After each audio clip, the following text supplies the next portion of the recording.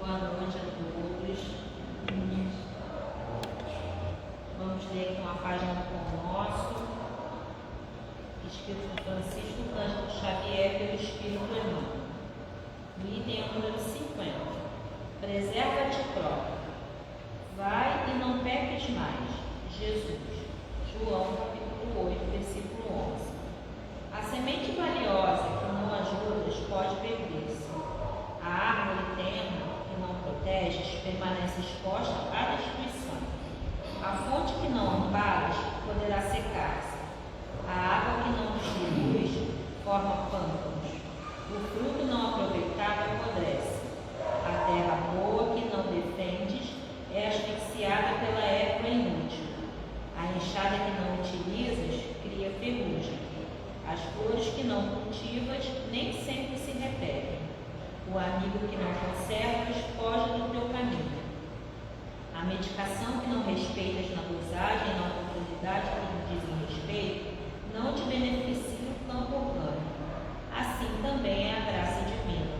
Se não guardas o favor do alto, respeitando-o em ti mesmo, se não usas os conhecimentos elevados que recebes para o benefício da própria felicidade, se não prezas a contribuição que te vem de cima, não te vale a dedicação dos mensageiros espirituais.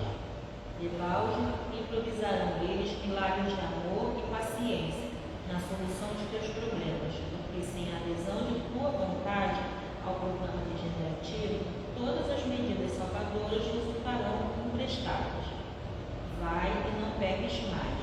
O ensinamento de Jesus é suficiente e expressivo.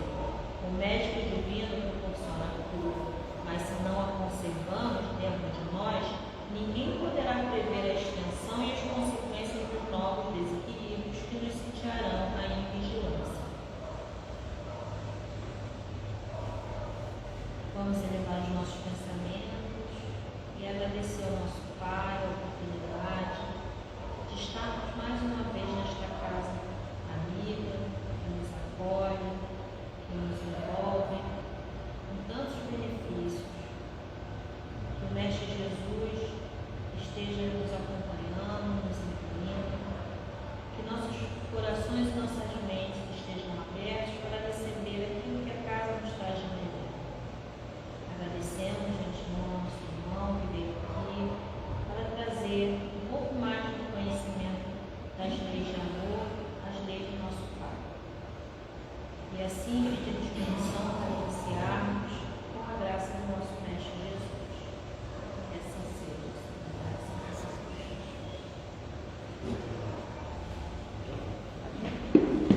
Todo seu. Boa noite.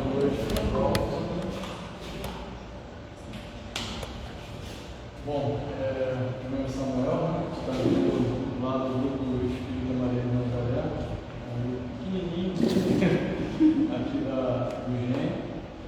E queria agradecer, gente, bom, aí a oportunidade que foi dada da gente falar um pouquinho aqui sobre esse mito da caverna.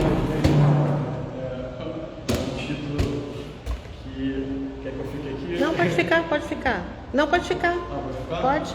Tá bom. Agora já vim para cá. É um título que às vezes desperta uma certa curiosidade, mas alguém já ouviu falar aqui desse mito da caverna? Ninguém, né? Tá, só pra gente.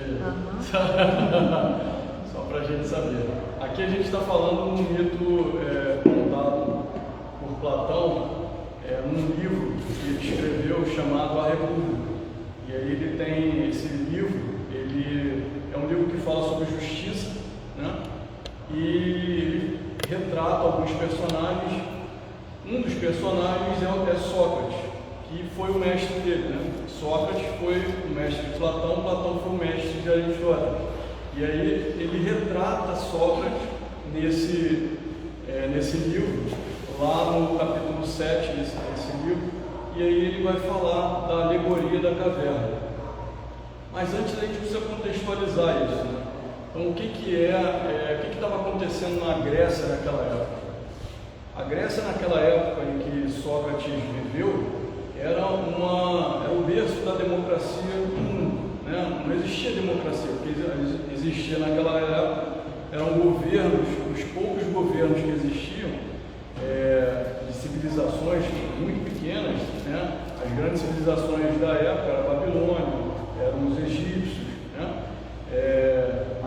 chineses no Oriente.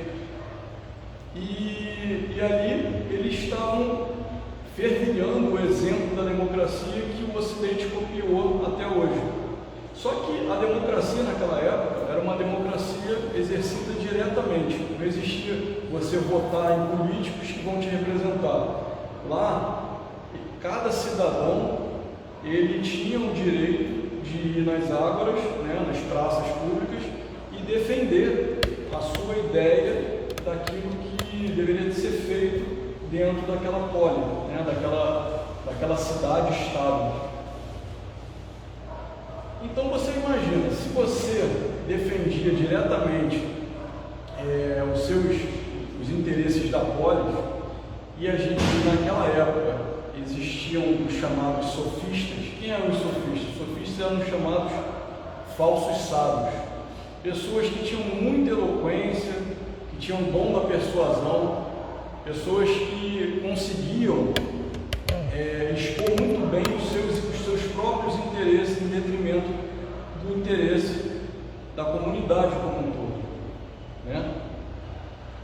A retórica, portanto, naquela época era uma habilidade muito valorizada, porque era sinônimo de poder, né? Se você conseguia persuadir as pessoas daquelas cidades e estados daquilo que você entendia ser o correto, e aquilo que era o correto para ele era a sardinha, a brasa, né, que colocava para perto da sua sardinha, defendia os interesses deles próprios.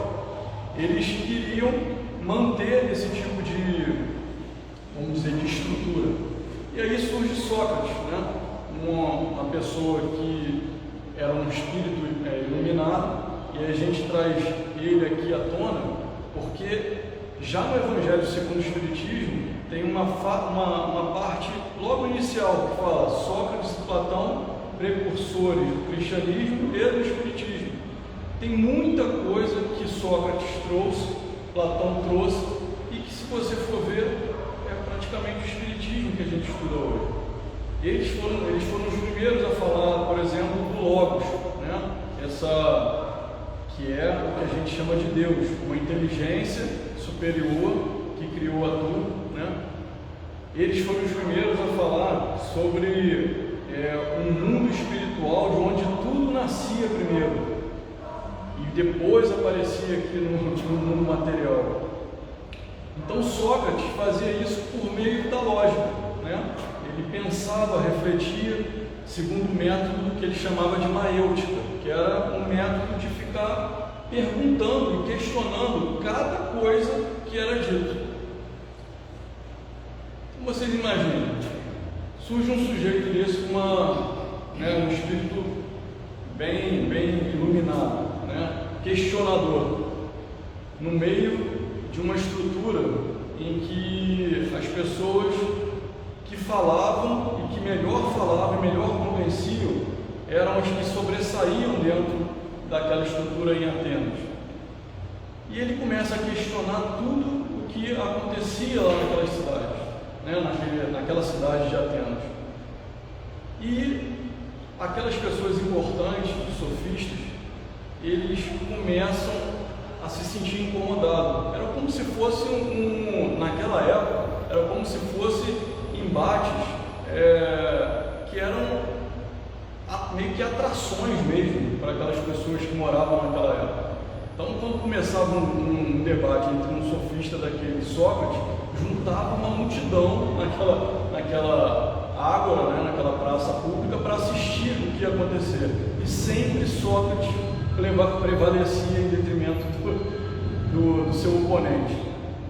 Ele começou a incomodar aquela estrutura, até que, com aquele incômodo muito grande, eles começaram a deturpar os conhecimentos de Sócrates e levou Sócrates a julgamento, né, por divulgar doutrinas. A principal doutrina, o que seria hoje para a gente um monoteísmo, né, que já tinha lá nos judeus, né, e que estimulava também todos os jovens a quererem criticar e entender por meio da lógica aquilo que era posto para eles. Isso foi algo que acabou levando ao chamado julgamento de Sócrates, né? E Sócrates foi condenado à morte, né? Por um autoenvenenamento, né? Ele foi condenado a tomar a chamada cicuta, né? Eles falam que essa cicuta ela paralisa o coração e a pessoa acaba morrendo. Isso tudo é retratado de uma forma assim, olha, todo mundo sabe que Sócrates é inocente, mas as pessoas foram manipulando, de sorte que Sócrates acabou sendo julgado e condenado. E nessa condenação, a gente começa a se perguntar, olha, isso acontece desde 400 anos antes de Cristo, né? Pessoas que vieram ao mundo trazer uma luz e acabaram sendo condenadas, acabaram tendo a sua reputação arruinada para aquela época e trazendo um conhecimento que muitas das vezes trouxe uma iluminação para toda uma civilização. Se a gente for ver os conhecimentos de Sócrates, de Platão e também de Aristóteles, eles estão até hoje, por exemplo, na própria ciência, né? O método científico, se você for ver, foi trazido por Aristóteles, foi um discípulo de Platão. 400 anos depois veio Cristo e foi condenado da mesma forma. Então, o que a gente vai conversar aqui é muito sobre o que é o bem, o que é o mal, o que é a justiça e muito do que os homens normais, nós, homens e mulheres normais, que queremos o bem, como muitas das vezes a gente é manipulado a serviço do mal.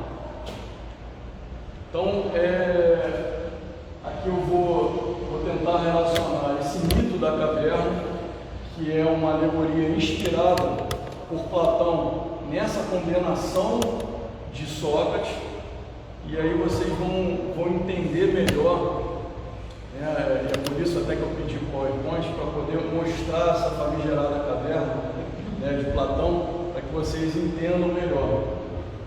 Mas antes, esse aqui foi o julgamento. Esse aqui é uma pintura retratando a condenação de Sócrates. Sócrates é esse, aqui Platão está segurando o cálice com cicuta e todos os discípulos dele falando, Sócrates, mas você não é culpado, por que você vai aceitar ser culpado, ser penalizado? E aí Sócrates, no livro também, reportado por Platão, né, o julgamento de Sócrates, tem um livro chamado Julgamento de Sócrates. Sócrates nunca falou nada, nunca escreveu nada, ele só falou. Quem retrata a figura de Sócrates foi Platão. Nos livros de Platão existe todo o conhecimento, uma parte dele. Naquela época as tradições eram orais, as pessoas passavam seus conhecimentos verbalmente. Mas Platão escreveu muita coisa sobre Sócrates. E ele fala, com efeito, a minha morte é injusta. Ele sabia da injustiça que estavam cometendo, né, contra ele. Estou sendo condenado como se ensinasse doutrinas. E aí a gente tem que entender essas doutrinas como se fosse uma ideologia, né? Porque é preciso a gente separar muito o que é uma ideologia e o que é uma filosofia, né? Sócrates, ele estudava a realidade, organizava aquela realidade do mundo e tornava ela inteligível para as pessoas que estavam ali. Ou seja, quando a gente olha a realidade, muitas das vezes a gente não consegue compreender essa realidade. E ele conseguia compreender, mas mais do que conseguir compreender, ele conseguia retratar essa realidade de forma que as pessoas conseguissem entender a realidade. E isso é o filósofo. Por isso que ele foi chamado, né, por grande parte da academia de o pai da filosofia, né? mas ele foi condenado por ensinar doutrinas, que é como se fossem ideologias. O que é uma ideologia? Uma ideologia é um conjunto de conhecimento, uma visão de mundo que está empurrando determinadas pessoas para determinada direção, né? Com uma forma de pensar, uma determinada forma de pensar. E Sócrates não fazia isso. O que o Sócrates fazia é falar: olha, isso aqui é uma mesa, né? Isso aqui é um computador. Ou seja, ele mostrava a realidade. E as pessoas, a partir da realidade, elas iriam tirar suas próprias conclusões e seguir o seu próprio rumo. Já fui condenado, Platão. Tenho que suicidar me envenenando. Suponhamos que exista outra vida após a nossa vida. Isso já era muito falado por ele, né? Da vida após a vida. Se existir outra vida, não vejo nenhum problema em morrer. Isso, vocês imaginam, não é num momento qualquer, não é aqui, né? Falando, pô, se existe uma vida, uma outra vida, não vejo problema. Não, é no momento de tomar o veneno. Você vê o quilate desse espírito, né? Contrariamente, se a vida termina com a morte, sendo desse modo, muito mais sentido tem para morrer. Eu não quero viver uma vida de injustiça. Eu não quero viver uma vida de injustiça. Então, mais motivo eu tenho para morrer. E aí, gente, a gente passa 400 anos e o que a gente vê? Né? A crucificação de Cristo, a condenação de Cristo. Veja que lá como Sócrates, as pessoas que estavam lá se sentindo ofendidas com aquele conhecimento que Sócrates passava, condenou Sócrates à morte. E 400 anos depois, chega Cristo com um conhecimento revolucionário, né, que passou a não revogar a lei de Moisés, mas fazê-la cumprir, como ele mesmo fala, né, fazê-la cumprir. E fazê-la cumprir de qual forma? Através da autocontenção, através da autorreforma. Você não olha mais para fora, né? Não é uma lei que nem o decálogo, que você vai ser realmente penalizado caso você cometa determinadas ações. Não, ele fala de uma reforma moral que te impede de cometer aquelas determinadas ações. É a lei do amor, é a lei da caridade, é a lei da justiça. É a lei da justiça, não a justiça dos homens, mas a justiça divina, né? Então, lá no Sermão da Montanha, ele fala sobre praticamente esse novo código moral com as bem-aventuranças, né? Mas perceba, Jesus, poucos dias antes, estava chegando em Jerusalém aclamado, né? Há pouco tempo a gente estava celebrando a Páscoa. Uma semana antes da Páscoa, principalmente na Igreja Católica, é chamada Domingo de Ramos, não é isso? E o que Domingo de Ramos retrata? Domingo de Ramos retrata justamente a chegada de Jesus em Jerusalém. O povo aclamando o Messias. O mesmo povo, que poucos dias depois ficou gritando Barrabás. E aí a gente entrega uma reflexão, antes da gente falar da famigerado mito da caverna. E o que eu vou falar aqui, gente, eu falo antes para mim, tá? Ele está meio amarelo ali, não sei se vocês estão vendo, mas eu vou ler para vocês. Quem eu seria no julgamento de Cristo? A gente estava falando do julgamento de Sócrates, mas eu proponho uma reflexão de quem nós seríamos no julgamento de Cristo. Será que a gente seria o povo que, estimulado pelos fariseus, ficou gritando Barrabás, Barrabás?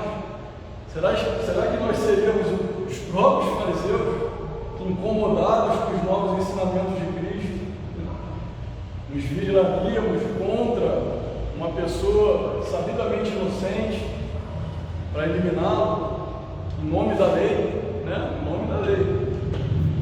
Será que eu seria Pôncio Pilatos, lavaria minhas mãos? Né? Hoje a gente vê muito isso.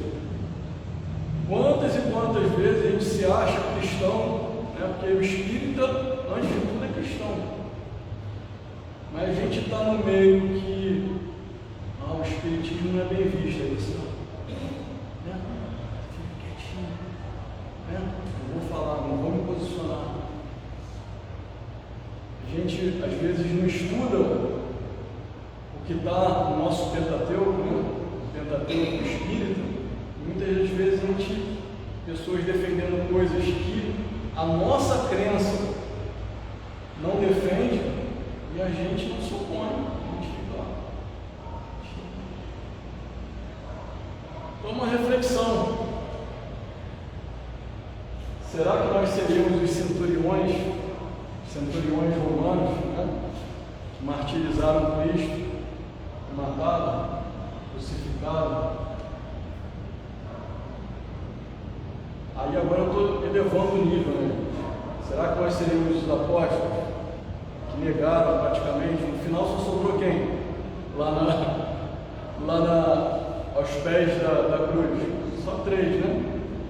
A mãe Maria, Maria Madalena e João. Todos foram embora com medo. Quem nós seríamos? E essa reflexão é boa, gente, porque você vê, a história se repete. Será que ela não está se repetindo hoje? Novos personagens. E aí a gente vai propriamente dito para famigerado mito da caverna. O que é o mito da caverna? O mito da caverna é isso, né? Existe uma caverna. Nessa caverna, ela vai descendo. E no fundo dessa caverna, existem pessoas acorrentadas, velhos, crianças, pessoas que nunca saíram dessa caverna. Elas são acorrentadas, inclusive no pescoço dela. E elas só conseguem olhar para frente, para aquilo que é projetado aqui na parede. Atrás dela, existem pessoas que projetam coisas que vão se refletir aqui nessa parede onde eles olham. Eles passam toda a vida delas ali. Elas não conseguem nem olhar uns para os outros, só olham para as paredes.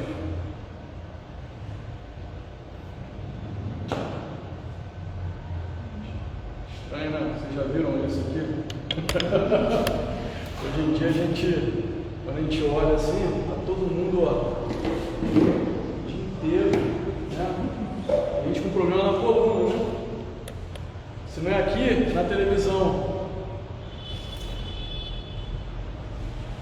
Até que uma dessas pessoas consegue se libertar, curioso, consegue se libertar. Só que você imagina uma pessoa que nasce, cresce e morre ali. Para ele, a realidade é isso aqui. São as sombras. A sombra, aquela projeção, é a própria realidade. E ele fica com aquela dificuldade, né, no corpo, porque o corpo dele estava parado numa posição só. E ele consegue ver as outras pessoas, ele já não entende muito bem o que tem ali, porque ele só ouvia vozes, gemidos. E ele consegue ir achando uma saída. Com muita dificuldade ele vê uma luz, os olhos deles doem, essa pessoa dói. Por quê? Porque a gente não consegue enxergar a luz de uma vez só. O conhecimento ele tem que vir aos poucos. Se vier tudo de uma vez, a gente fica certo, a gente não consegue. Até que ele sai. Ele consegue sair se arrastando e consegue enxergar não a luz projetada, mas a luz do próprio sol. ele consegue ver não as sombras, mas consegue ver aquilo que o sol toca e faz as sombras. Mas, por exemplo, quando vem o sol e projeta uma sombra, ele acha que a sombra é a verdade, não a árvore. O que é isso? Não, a sombra é a própria realidade. Por quê? Porque ele só via as sombras. E quem só vê as sombras, quem só fica vendo isso aqui, e as notícias, toma as notícias e tudo aquilo que vem por meio desses instrumentos como a própria realidade. Será que a gente está usando isso aqui ou a gente está sendo usado por isso aqui? Isso aqui é só um instrumento, isso aqui pode ser usado para o bem ou para o mal.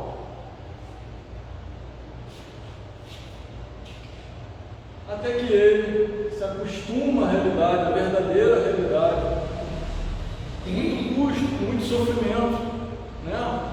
Teve que pegar tônus muscular, teve que acostumar seus olhos, teve que refazer toda a visão de mundo dele, porque a visão de mundo dele era das sombras. As sombras eram o mundo dele, não era a própria realidade. E ele se acostuma a esse novo mundo. E ele lembra dessas pessoas que estão aqui. Ele, por compaixão, ele resolve voltar para falar desse mundo que está lá fora. E quando ele volta, a única coisa que ele recebe são palavras de ódio, palavras de escárnio, palavras de muito dissabor e raiva. Ele não acredita naquilo que é dito. Quantas e quantas vezes a gente não é injusto com as pessoas que chegam e falam a verdade, porque essa verdade dói, mas é essa verdade que nos liberta.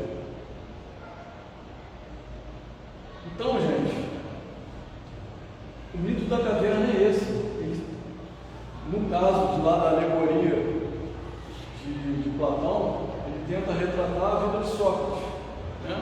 Uma pessoa que, tal como todos os outros, estavam vendo as sombras que eram projetadas para ele, né? E se questionando, procurando conhecimento, conseguiu se libertar, conseguiu ter uma nova forma de ver o mundo. Mas por compaixão, resolve compartilhar essa nova visão com as pessoas. Mas aquelas pessoas não entenderam. Será que não foi o mesmo que aconteceu com Jesus? Exatamente a mesma coisa.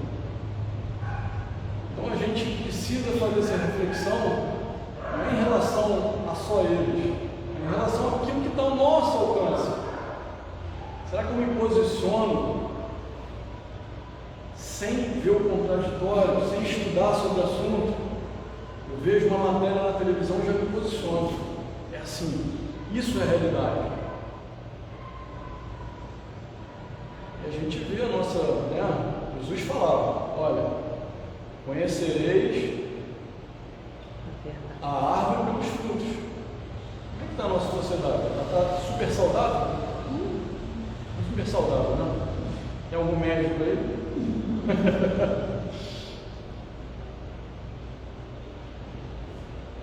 Gente, a nossa sociedade nunca esteve tão doente.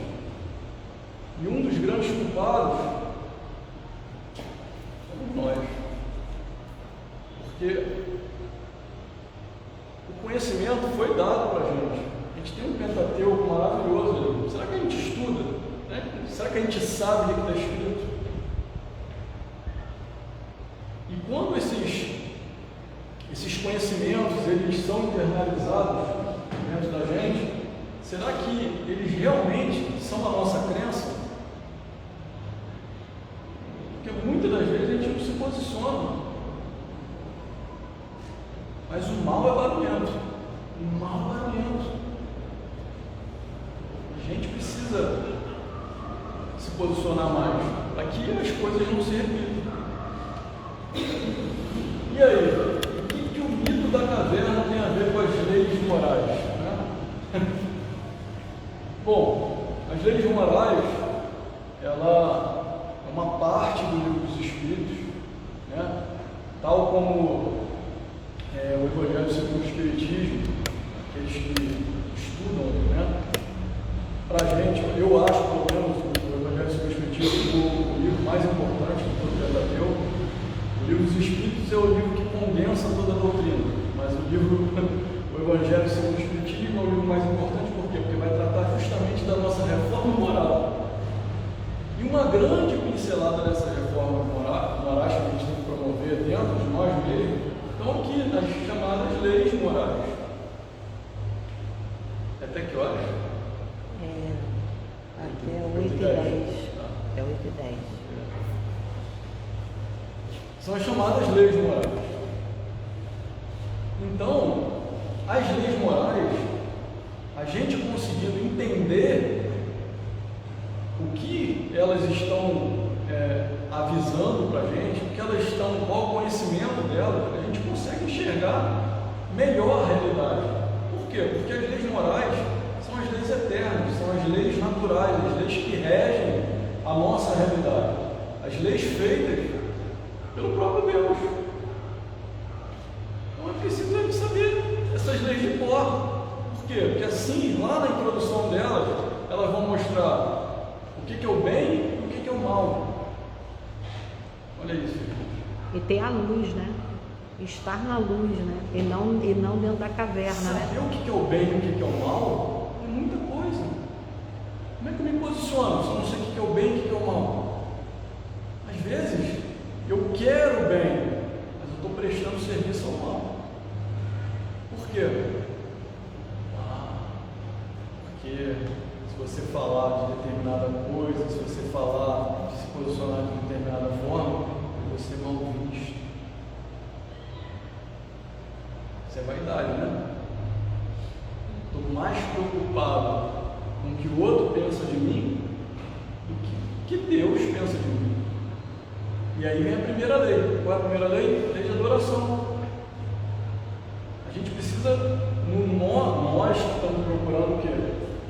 Sair aqui eu falo muito isso lá no nosso grupo, sair aqui de perto da animalidade e mais perto da virtude, né? A gente, o nosso destino, né? Sermos espíritos puros e estar ali, Deus como um só.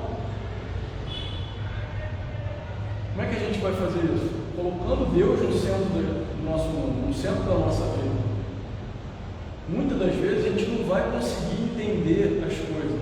O que a gente faz? A gente ora e Deus manda a luz para a gente. E aí a gente passa a não ficar nas trevas. Olha lá as trevas. Só que dói. Ih, eu estava errado. Você tem compromisso com o erro? Se você tiver compromisso com o erro, a gente está precisando fazer a nossa reforma moral.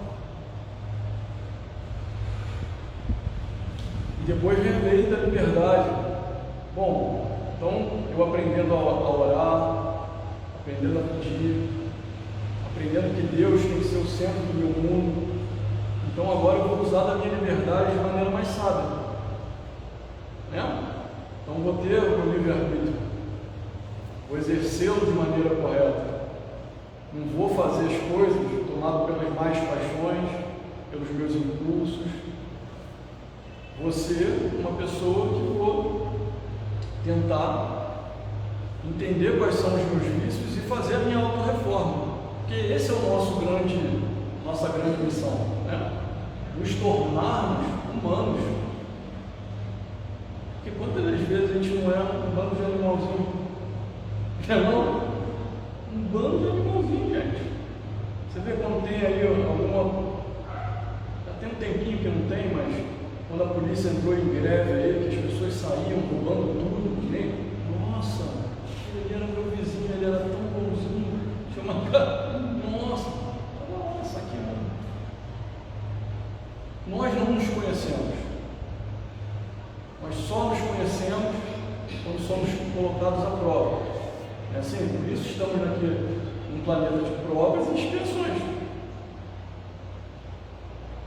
E aí vem a lei do progresso. Tudo que acontece nesse mundo acontece para a gente progredir, para a gente se desenvolver, para a gente evoluir.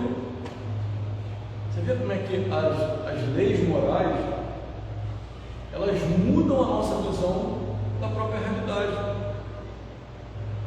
Elas fazem com que a gente não se preste ao mal. Mas, lá no livro dos Espíritos fala, né? Que a gente não vai ser julgado só pelo mal que não fizemos, mas pelo bem que deixamos de fazer. Mas a gente tem que começar por alguma coisa. O que é mais fácil? A gente não fazer o mal. Pelo menos isso, né? Pelo menos isso. E não se prestar a isso. Tem uma pergunta logo no início lá dessa terceira parte que fala assim, né? O que é o bem e o mal são absolutos?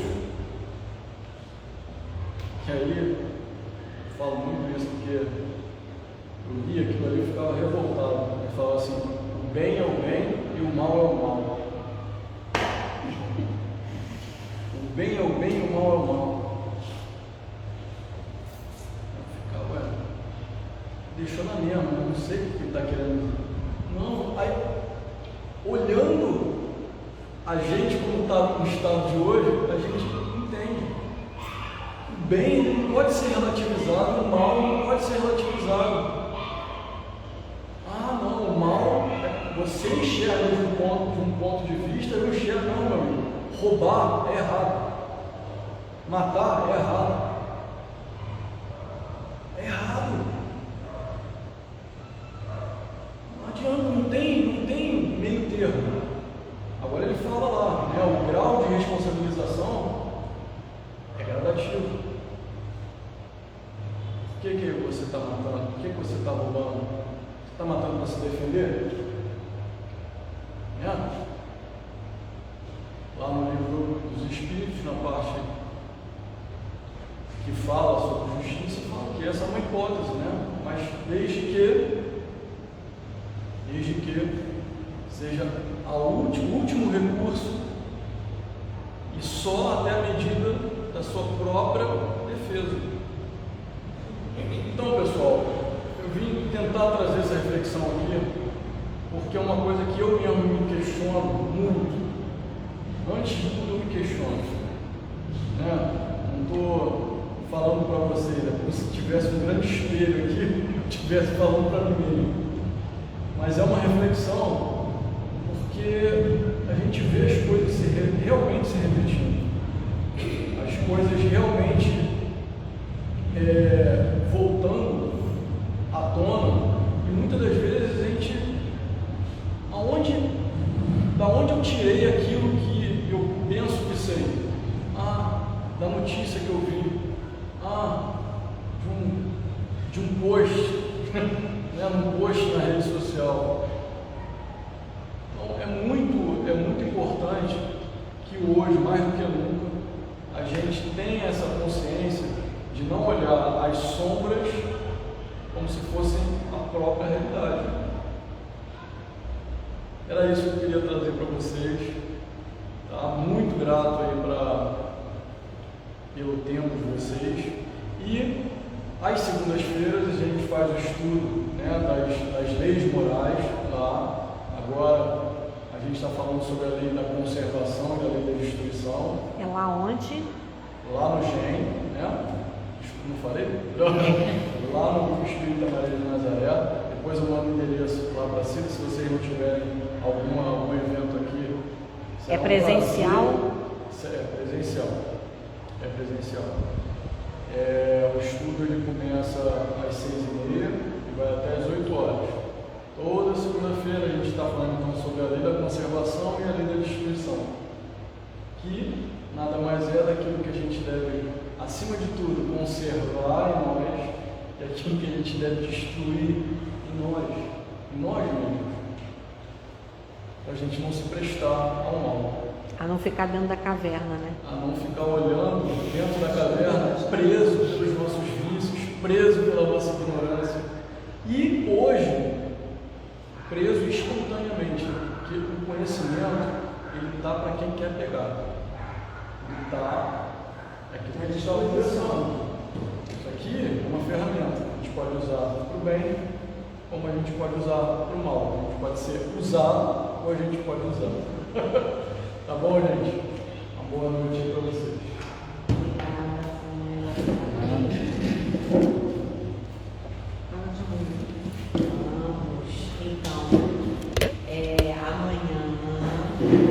Nossa casa, muito amada, estará fazendo 38 anos. Novinha, né? 38, né? E vamos ter a nossa palestra comemorativa com o Tiago Brito, os princípios da doutrina, começa às 7h30. E vamos ter também um bolo para cantar parabéns, que é aniversário, tem que ter bolo para cantar parabéns. Se não tiver bolo para cantar parabéns, não é aniversário, né? E quinta-feira nós temos o estudo, começa também às 7h30. Sábado nós vamos ter a evangelização infantil. E neste sábado vai ter um sábado um pouco diferente, nós vamos ter um psicólogo que vai falar sobre a violência nas escolas e voltado para o nosso grupo família, para a nossa mocidade, para alguns jovens da evangelização infantil que já têm condições de entender todo esse conteúdo. Então vai estar aqui no sábado, no horário da evangelização infantil. Tá bom? E esperamos vocês amanhã para cantar o parabéns.